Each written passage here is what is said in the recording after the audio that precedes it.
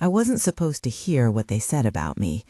I heard it anyway, standing with my hand on the wooden spoon, lemon oil on my wrists, listening to the linen napkins rustle in the dining room while my brother's family talked as if I were wallpaper. "She's got no backbone," someone whispered, low enough to be ashamed and loud enough for me to feel it land like a stone in my chest. I was in my house in Michigan, a house Harold and I had chosen together, and for a moment the map of my life felt as though it had a new sharp fold in it. I am Marjorie. I'm 68, widow for 3 years, wife for 40. The porch Harold built creaks the same way it always has when the wind comes through the oaks on our street. The roll-top desk in the steady still holds his notes, small measured handwriting on invoices and letters about seed catalogs. The blue folder with our marriage certificate always sat in the top drawer. Small things anchor you. They make memory livable. And that afternoon, while the lemon oil scent wrapped everything in a kind of clean secrecy, the words in the next room changed how I would use those anchors.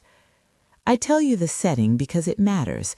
This was my kitchen in Michigan, a Saturday meant for a gentle luncheon that I insisted on making despite my son's suggestion that family gatherings were too awkward.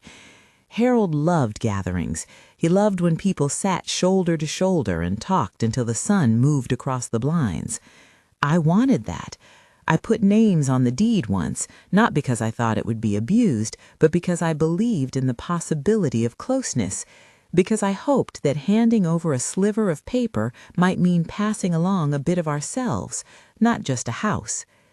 Sitting there with the wooden spoon, feeling the faint stick of the lemon oil on my palms, I remember how ordinary the afternoon began. David brought a vase of daffodils from his garden that morning. They nodded cheerfully on the sideboard. Janet fushed with a cloth napkin and laughed at something Todd said about an office heater. Kelsey, who has always had this bright, quick manner, was sorting plates into the oven, humming under her breath in a way that used to make me think of Harold tapping his foot at the radio. It all felt like every other family meal we'd had over the years. You don't expect to find betrayal at a table set with my grandmother's china. When the whisper came, it split time into before and after. I remember the feel of the spoon, the sudden hollowness in my stomach, the way the back of my hand went a little cold. It wasn't just what they said, "She's got no backbone." It was the certainty with which it was said, the way they were choosing my future for me in the room I had prepared. There are small humiliations that creep into everyday life, little assumptions, the jokes that sting because they might contain a truth someone else is convenient to prefer. Over the years, I learned to bend a little. Harold was the sort of man who answered the phone without dramatics, who cut down the snow off the walk without fuss because he liked to make sure I could get to the mailbox. After he died, it took me longer than it should have to learn that kindness can be misread as weakness. People who have watched you quietly let things go sometimes assume they can keep taking. The whisper made that clear as midday. But my reaction wasn't immediate thunder. It was a small, steady noticing. I went from the spoon to the roll-top desk with the same quietness I had used to fold napkins over the years. I opened the top drawer, fingers finding that blue folder, my eyes for a moment finding Harold. There was something tender in what I did next. I didn't storm into the dining room. I didn't shout. That isn't my way. Instead, I sat down at the desk and held the folder. The paper felt heavier in my hands than it had the day we signed it. The weight was not only legal paper, it was the accumulation of years.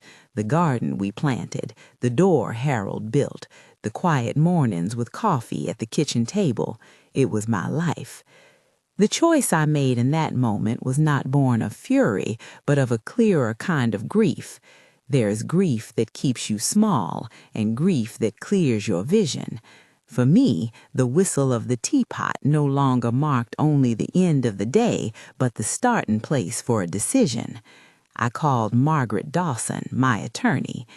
Margaret is a warm woman with an efficient tone and the sort of calm that reads like a compass.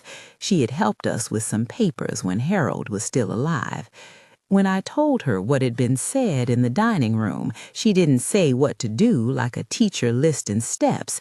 She spoke in steady sentences that made it possible for me to imagine standing up again. Before I go any further, listen. If this touches you, the sting of being spoken for, the small betrayals that arrive in polite tones, please like and stay with us. There's more to the story. After I hung up the phone with Margaret, the afternoon felt as if it had two skies. One was the ordinary, the kitchen light that made the lemon oil sheen on the table. The other was a thinner, clearer air in which decisions could be seen. Margaret did not promise me a victory. She didn't wave away the difficulty of family. She spoke plainly about options, what the law could recognize and what it couldn't, and most important, she treated my feelings as if they belonged in the room. That in itself was part of my reclamation. There was a dignity in being treated as someone who could choose for herself, rather than as someone for whom choices would be made. The days that followed were practical in their smallness. I tidied the house with a certain quiet resolution. The curtains in the living room had been faded for years. I ordered new ones in a color Harold liked, a soft green that made the room look younger. I planted a row of daffodils along the front walk because they remind me of him, how he would tuck bulbs into the soil with his calloused hands. I could have let these acts of cover-up, but they were not. They were a way of claiming domestic joy for myself. There is a particular kind of healing in folding a new curtain or in patting a line of soil around a bulb. It is the same small courage as making your own bed each morning after the bed-sharer is gone. Eventually, Margaret came by my house in Michigan. She sat at my kitchen table, the same table where the whisper had been spoken a week earlier. She held a folder, nothing dramatic, a sensible thing with papers organized. We talked about the house, about the weight of deeds and the weight of promises. She told me what the law could do and what it couldn't, and again she did not transform the conversation into a list of task items. Instead, it was an act of companionship, a woman who understood the weight of a house and the way it carries a person's life. I remember her looking at the porch as if to see with me how the house kept its dignity in the rain. "How do you want to live here, Marjorie?" she asked. That question, simple as it was, felt like a pivot. It allowed me to answer with the full person I am. I wanted to live with the sense that my choices mattered. I wanted the house to remain a place that belonged to me and to the memory of Harold, not a bargaining chip for someone else's convenience. It was not an act of spite. It was not about erasing family. It was about setting a boundary that resembled what dignity looks like. When Margaret wrote the notices, she did so in a voice that was both firm and without flourish. They were formal letters, yes, but what sustained me through that moment was the feeling of being represented, not as a problem, but as a person. She told me what I could expect: awkward conversations, maybe anger, possibly denial. She cautioned me that people sometimes make their fears sound like certainty. She was right. The morning I went to speak with my brother's family, the sky was thin and bright. I remember putting on a coat that Harold had mended once when a button came loose, the thread still sticking out at the cuff like a memory. I carried the blue folder under my arm like one carries an important garment. The daffodils along the walk nodded at me like witnesses. Their house smelled like warm butter and coffee. They had laid out a brunch in a way that suggested everything was ordinary. I stood in their doorway and let that ordinary be visible. I said that I had something to read aloud.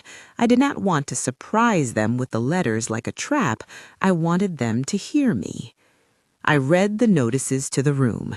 I spoke quietly but clearly, as if reading to the congregation of a small church. I told them that certain names on the deed had been changed. I said that I had taken steps to ensure the home that Harold and I had shared would remain mine. There was a pause after I finished that seemed to collect all the air. David's face had a look of anger that mixed with a kind of wounded entitlement. Janet asked if I really thought they would do anything, and Todd argued as if he were defending a right he had imagined for years. There were accusations, thin veils of pity, threats softened into flinty suggestions of small revenge. I listened to each, letting them speak as if I were cataloging their noises. Kelsey stood back at first. She was quieter than the rest, her eyes at times finding mine. There was a moment when she put her hand on the back of a chair and exhaled a breath like someone who has been holding something heavy for too long. She was younger. Her life was messy in ways mine had not been, but she wasn't cruel. When voices rose, she looked as if she would say something, then closed her mouth and finally left the room, beginning a small habit I would later recognize as the way people hide from the thing they want to do and fear. I will not say there were no sharp edges. There were. There were words that stung, posture that patronized, but there was also something else, a thin thread along which I could stand. I did not shout. I did not need to. The act of standing and reading the letters aloud was the act. My voice felt the way lemon oil smells, clean, unpretentious. I felt no particular victory in their silence afterward. The important thing was that they had been told. After that day, the household rhythms changed. The phone did not ring with family invitations as it had the week before. There were fewer knocks at the door. I will be honest, there were moments that felt lonelier than grief itself. People sometimes equate solitude with peace and mistake one for the other. Solitude can ache when it is handed to you rather than chosen, but choosing to be alone and having it chosen for you are different. I had chosen to set a boundary. They had withdrawn their warmth. That is a sorrow that stands on a different ground. And then the smaller things, those domestic stitches, began to make a new kind of life. I started pruning the rose bushes in the back garden, remembering how Harold taught me to cut at a 45-degree angle. Pruning feels like telling an old story, but leaving out the parts that turned your heart red. I painted the front door a darker shade of blue, the color I have always loved. I cleaned the roll-top desk, put the blue folder back in its top drawer, and wrapped the lemon oil bottle with a new ribbon because the light looks better when it catches something neat. Neighbors, in their small ways, became a kind of balm. Mrs. Havers from next door dropped off a slice of lemon loaf and a paper napkin folded in the way she does. It is astonishing how small gestures add up. She doesn't pry. Instead, she sits with me on the porch for a few minutes, and we watch the sparrows hop along the railing. There is comfort in not being the only creature that stirs at dawn. Kelsey did something I had not been expecting. A few weeks after the brunch, I found a folded envelope on my front stoop. It had no return name, just a slightly smudged address and a stamp that was slightly off-center. Inside was a letter, written in a hand that trembled a little where the writer pressed the pen. It was not an apology that absolved. It was not a confession. It was something softer and more honest. Remorse, a desire to repair something small, an admission that she had said things in self-defense that later read like cruelty. She wrote about how she remembered Harold's laugh and how she sometimes wondered if she would ever learn to be brave in the right ways. She told me she regretted the words she had said and how coming into the house that day had felt like walking into a storm she hadn't prepared for. She asked if I might see her again for coffee, to talk like two people who had once been part of the same small orbit. The letter was not a fix, it was an opening. I answered, because why else plant daffodils if you don't hope for some renewal? Our meetings were careful. We sometimes spoke about trivial things, recipes, the kind of tea that tastes best to her, and sometimes we spoke about loss in a way that felt like learning to let words be worn but honest.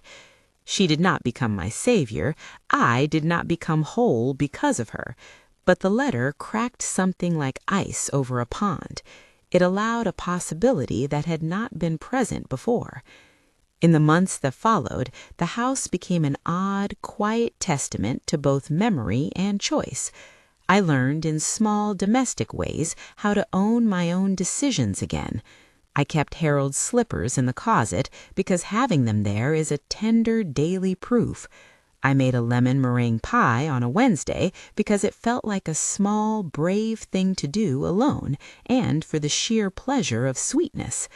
I sat on the porch at sunset with a blanket in my lap and watched the light fall the way it always has, and felt something like peace gather at the base of my ribs. There was an unexpected kind of dignity in the quiet. It felt less like an absence of people and more like the presence of a self. That's a shift I don't think younger people always believe we can have, this gentle recentering where our needs and wants are not performed for others' comfort. It was not triumph in the dramatic sense, it was the slow satisfaction of a garden properly weeded and a room where new curtains caught the afternoon light. People sometimes assume that reclaiming agency is a single dramatic act, a lawsuit, a shouted confrontation, an explosive courtroom scene. My life doesn't have those scenes. My story is made of quiet moments that add up. The letters Margaret prepared were part of the process. The law was a tool, not a talisman. It was confidence in a system that can sometimes be responsive to a person's wishes. Margaret's role was to tie me to the practical world without reducing me to it. That is important because so many of our late life choices depend on practicalities, on paperwork and signatures, but also on courage. I had both. The courage did not unfurl like a flag all at once. It unfolded like a hymn, stitch by stitch. There were conversations, too, later with David. He called a month after the brunch, his voice thin with a mixture of anger and the kind of apology that feels like a test. He wanted to know whether I had regretted. He expected to find me remorseful. I told him I had regretted the way things had been said about me and regretted the assumption that I could be counted on to accommodate. I did not relish telling him these things. I also did not want to be courted into pretending nothing had happened. He asked if we could come and see the house, if he and his family might visit. I let him know that visits would be welcome if they came with respect and not with the idea that my life was a ledger to be balanced at their convenience. He said he understood, though I could hear the tremor of old entitlement in his voice. One small afternoon stands out. I was in the garden, coaxing a stubborn patch of grass out from around a stone footpath. It was a quiet task, my hands in the earth, my knees mildly aching. The neighbor, Tom, leaned over the fence and said, "You always did have the nicest porch." He paused as if to find the right words. "I'm glad you kept it," he said. "Harold would have liked seeing it look like this." I realized then that other people had seen how I tended my home, and their seeing mattered in different ways than my family's absentee approval. Witness isn't always the same as validation, but it is often a relief. There were nights when the house was too quiet. I would place the lemon oil back on the shelf and sit in the living room until the shadows gathered. Those were the nights I pulled out the blue folder and read Harold's notes, not out of longing to recreate him, but out of a desire to remember what we'd built. The house, after all, was not just bricks and timber. It was a history of morning rituals, of the way we paid attention to the small moments. Reclaiming it felt like promising myself I would be allowed to continue that attention. Kelsey's path towards reconciliation was uneven. We had coffee many times. We talked about small things, books, a program she was considering, and about larger ones in quiet measures. She was not dramatic in her remorse. Instead, she showed up in small ways, bringing a jar of lemon marmalade, offering to help with the gutters, sometimes sitting on the porch with me without speaking. One day she said, "I was so frightened of being seen as weak that I pretended you were easier to push around. I see now how wrong that was." Her apology wasn't theatrical. It was a small correction of a long mistake.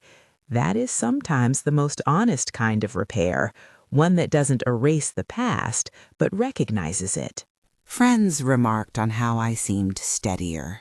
Not hardened, not bitter, though I won't lie and say the sting of those first words didn't linger. They did. The color of the ache changed. It became less like a burn and more like a bruise, healed in the edges, present at the center. I stopped measuring my worth by other people's loudness. That is a lesson it takes a long time to learn, that silence can contain a kind of resolution, and that living with dignity means choosing what you accept and what you decline, even if the acceptance of loss is inevitable. There are practicalities that I kept to myself, because the law's mechanics shouldn't be mistaken for this story's heart. Margaret took care of the documents. That part of the story is procedural. What I remember is not the signature, but the way her office smelled of coffee and paper, the way her voice steadied me when it wobbled, the way she pushed a chair closer to mine and invited me to speak my truth. I remember being treated with a seriousness I had not expected from my own family. That felt radical. So often older women are expected to shrink or to be grateful for crumbs. There's nothing noble in gratitude when it is demanded. There's nobility in insisting on simple respect. Time has a way of reorganizing pain into narrative. I found that I could tell the story of the whisper aloud without falling apart. Doing so felt like testing the seams of a dress to make sure they could hold. I could describe the moment and the way it propelled me to act, and the telling did not undo the past. It simply allowed me to place it where it belonged, as part of a larger life. Neighbors continued to matter in quiet ways. Mrs. Havers invited me over for her book group. I listened more than I spoke. Sometimes I read from the books they chose and made silly remarks when a line struck me as funny. It is an odd comfort to be allowed to be ordinary again, allowed to make jokes about rain and to complain about the early frost without anyone making a bigger meaning of it. And the house itself became a testament.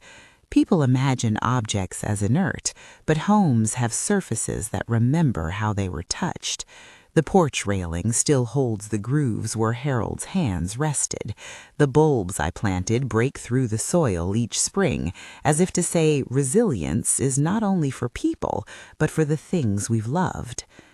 When the daffodils bloom, the street smells of their sweet, a little sharp fragrance that always makes me think of Harold's laugh over the radio. I water them and tidy up the bird bath, and sometimes in the evenings I sit with a cup of tea and the lemon oil scent lingering, thinking about the small courage of everyday acts. There were moments of temptation to answer back in sharper ways than I chose. It is a temptation many of us know, to prove someone wrong by returning the sharpness they offered. I learned to resist that. The satisfaction of my actions came not from punishment, but from alignment with who I wanted to be, a woman who honored her memories and insisted on being seen clearly by those around her. There's dignity in gentleness, and there's strength in kindness that isn't given to be taken. My brother and I, space has not erased the old patterns. There are days of silence and days when he calls and we talk about nothing much. We do not pretend things are unchanged. We do not hold hands over the phone. We are family, complicated imperfect, sometimes close, sometimes apart. The house is not a wedge. It is an assertion. It says that some things are meant to be kept, not out of stubbornness, but as a place to rest and remember. One evening, toward the end of that first year, I sat on the porch as the sun slid down behind the oaks. The light made the new curtains glow in a way that felt like the room was being cuffed with sunlight. The daffodils we had planted shook their heads gently in the breeze. I thought of the whisper and of how it had landed in me like a stone. I thought of how, in stepping out from under its shadow, I had not become less tender. I had found a steadiness that belonged to me. It strikes me now that the whisper had a smaller, inadvertent power than the people who said it understood. It was offered as a way to keep me small, to make decisions on my behalf, to assume a vulnerability where there was none. Instead, hearing it became a turning point. I used that moment as a place to stand up, not to make the house an altar for revenge, but to make it a refuge for the person I am. Reclaiming the deed was a symbolic and practical step. More important was the way it taught me how to live when the world seemed to prefer my quietness over my presence. Sometimes in the quiet afternoons, Kelsey and I sit together and sew or mend. She has learned, in small, halting ways, to look people in the eye and to say what she means with less armor. We are still learning the contours of our relationship. There are still things she can't understand, things I have kept private, because not every wrong needs to be relitigated for closure to happen. Sometimes a small letter is more honest than a shouted fight. Her letter was such a thing, an acknowledgement and a willingness to engage in repair that does not erase past harm, but begins to stitch a new pattern. The porch at sunset has become my favorite place to work out how I will say no when no is needed and yes when yes is generous. The house, my house, feels right. There is a stubborn comfort in the way the kitchen light catches a tea glass. There is a quiet triumph in the way the curtains sway when the summer wind comes. The whisper that wanted me to shrink now seems to have been misdirected. I am not small, I am visible in ways I did not occupy before. I do not expect admiration for making these choices. I do not expect every reader to understand the very particular balance of grief and self-respect that older women must navigate, but I will tell you this plainly. Deciding that you will not be decided for is a kind of reclamation that begins at home. For me, that meant tending the garden and asking the lawyer questions, yes, but mostly it meant recognizing the line between giving and giving away. That recognition, once sustained, becomes a practice. There are new routines now. I bake on Thursdays because the week's edges feel softer with bread made at home. I meet friends for bridge sometimes, though my memory for the score is imperfect, and sometimes I forget whether I played a certain card. The skies in Michigan have a way of moving that makes small things look luminous on some days and austere on others. I have learned to let both seasons speak to me. In the end, the whisper that was never meant to be heard became an opening. It was evidence, shockingly, of how others saw me, yes, but more importantly, it forced me to see myself. I chose to see someone capable of setting a boundary. I chose my own dignity over the comfort of being untroubled by confrontation. That is not an act of bravado. It is an act of self-respect. People like to make grand narratives out of such acts. But for me, it was more an accumulation of small correctings. The new curtains, the daffodils, the blue folder returned to the top drawer, the way Margaret sat and listened. If someone you know has ever felt spoken about instead of spoken to, if someone you love has trembled at a whisper and not yet found their voice, share this story. Leave a comment or tell us about a time you reclaimed something of your own. Stories matter. We read them and they make a way for other people to see themselves. Sometimes, when I walk through the house, I speak aloud to Harold as if he might be around the corner washing his hands. "You would laugh at the way Kelsey drinks her tea," I'll say. It is a private conversation that keeps him whole in my memory without making me small.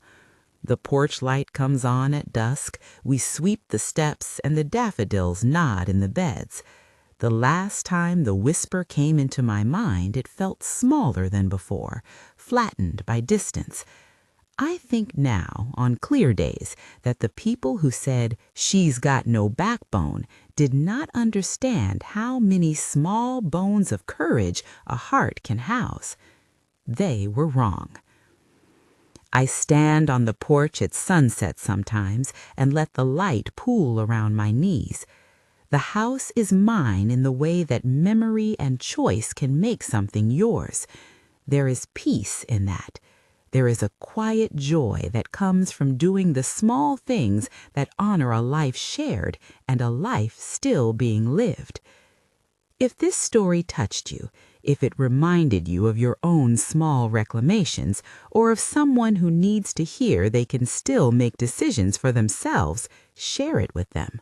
Or leave a comment below.